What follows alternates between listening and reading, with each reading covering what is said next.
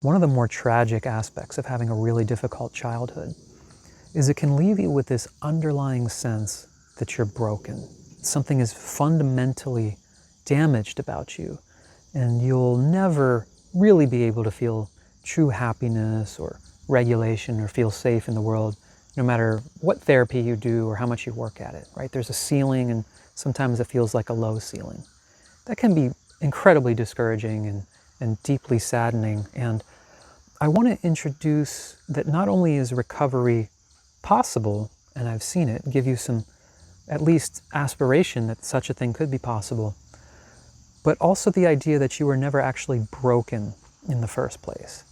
And I know that can sound like one of those just, feel-good quotes, right? Like you were never broken, but I don't just mean it as a statement. I want to look at the mechanism that I believe is part of what takes place that makes us feel like we're broken or defective. And that's the key word. I'm not at all saying it wasn't incredibly painful, that it might not still be incredibly painful or traumatic. What I'm speaking specifically is, are you actually broken now, right? Is the system damaged in such a way that we have to set a low ceiling because it's just, we can never expect, a car with a broken engine to perform like a new car. That's the aspect I want to point to here. So when you are a young child and you're navigating a really difficult situation, it's hard to remember what it's like to be a child. I don't know if we can ever truly remember it in like the visceral experience exactly as it is. But you certainly don't have the capacity to say, okay, hey, I don't appreciate that, or this is inappropriate behavior. I'm going to get out of here. I'm going to set a boundary. Like, you really can't. You're at the mercy of your environment. But you're also not really capable of just regulating your behavior all the time in such a way as like, okay, I get yelled at or I get punished if I ask to have my needs met, so I think it's better I just don't ask to have my needs met. That's sort of the adult cognitive way of looking at it. But if you're not getting your needs met, or if you ask for something of your parents and they're dismissive or much worse, right? Your needs are just discarded, or you're downright treated like you don't deserve love or respect, you will interpret it, first of all, like, oh, I guess I actually don't deserve love. Right? That will become internalized, but it also, in my opinion, becomes a protective mechanism to say, okay, if I ask for what I want and I get shut down or I get punished, it's safer for us to basically convince ourselves, something very sophisticated in your mind and nervous system, to say, to guarantee or at least maximize my odds of not doing the things that get me punished or disrespected, if I can convince myself, if I can internalize, I am someone who just doesn't deserve to be supported. I just don't get that in life. That is far more safe in the sense that if I'm walking around thinking, I just don't get support, then I won't even think to ask for it. Right? That is actually a more protective, intelligent device, a protective strategy. So I want you to imagine that something within you actually developed a protective strategy, right? Let's convince ourselves that we actually don't deserve love. Because if we walk around feeling, I don't deserve love, I won't look for it. I won't ask for it. And that will be safer than this, traumatic response that happens when I go out into the world and think, yeah, I deserve love, I deserve respect.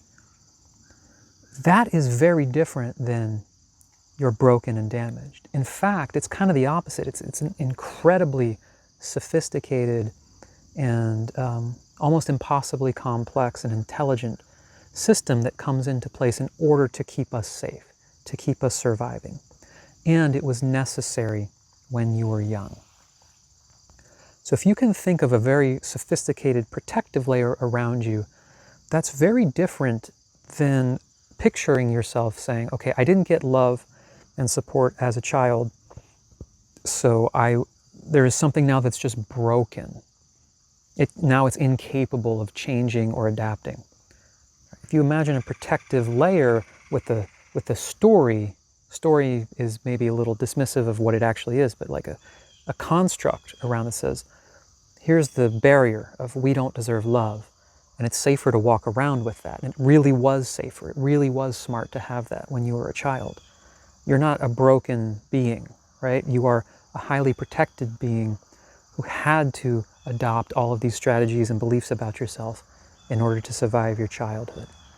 So just even holding the image of that for a second. What if there's nothing in that's permanently destroyed or damaged?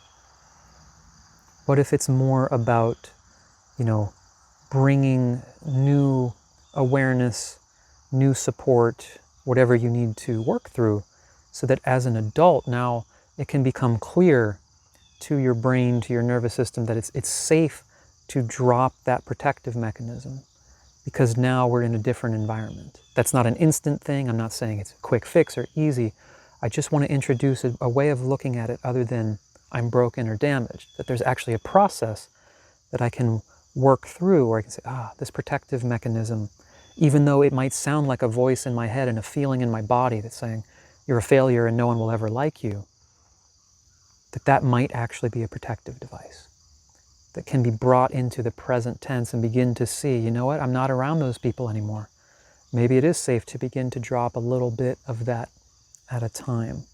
Right? That's how I like to approach a lot of emotional work. And I've worked with some, severely traumatized people with really horrific childhoods, and certainly not claiming to be the only person they've worked with, or, and depending on the situation, nor am I licensed or equipped to work in all contexts. But I am saying it because I have seen people come from really horrific backgrounds that are now doing really amazing things and are really operating at a very high level, and have been able to sort of validate this experience that, yes, it really felt true that I was damaged and broken, and that was part of the defense mechanism, but there was a way to the other side of that where I can now see that for what it was, and now can live in such a way where that belief, that feeling, that sense of being broken or a failure is not actually with me anymore, and there's a path forward. And the other thing I'll add to this is, it might absolutely be true, for example, that yes, when certain things happen to you as a child, it can affect, in your brain, in your body. Right? And you might point to that and say, yeah, but there's physical things that happen. And you might have watched different videos or listened to certain things that might kind of bring your hope down. It's like, well, if you don't have this sort of love and care at a certain developmental age, then the brain gets, whatever it gets. I'm not claiming that's my expertise, but the only thing I want to say about that for now is that, yes, if a car engine is just damaged, right? You just run your car without enough gas time after time and something just kind of breaks. That might be structurally just broken. Right? It's made of steel and metal, right? But I've never heard of a car have a spontaneous remission, right? Or a car go through some sort of healing process, and even though, it was told it would never drive again, can suddenly drive again. Or have these profound shifts in the cells and biology, right? Remember, you're made of that stuff. You're not just a machine. You're not just an engine. No, didn't get the, grade A fuel when I was 6, so it just broke some stuff in there, and that's how it is, right? I don't believe that. And it's not to dismiss, again, that there might be chemical and structural things that happen. But I would love for you to not allow that, even that, to be something that says, no, that's proof I'm broken. My brain was, didn't develop in the same way as it would have if I got the same love and support. Remember, a lot of things can happen to that brain. A lot of things can take place with this body, mind, and nervous system that we still don't really understand. But it's not a piece of metal. There's so much more to you, and there's so much more potential in you than I think most of us can even grasp. And having gone through difficult things, you are often the people that, sometimes out of sheer necessity, start taking this kind of work, whatever that process you go through is, emotional work, therapy, etc., very seriously.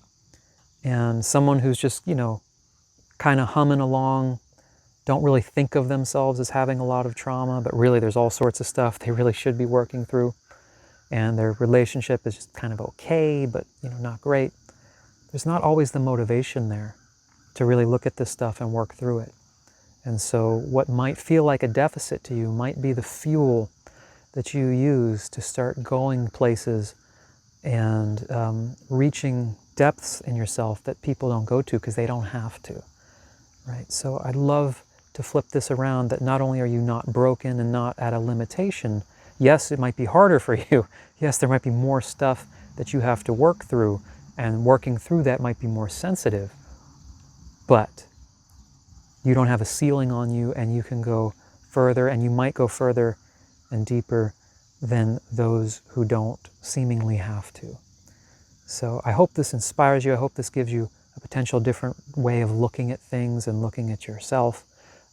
If you're interested in any of my approaches for working with this kind of stuff, you can look through videos on my channel. I do a lot of EFT tapping and working with people with trauma and stuff with clinical EFT. There's some links in the description if you're interested in some of my work and how to contact me on that level as well.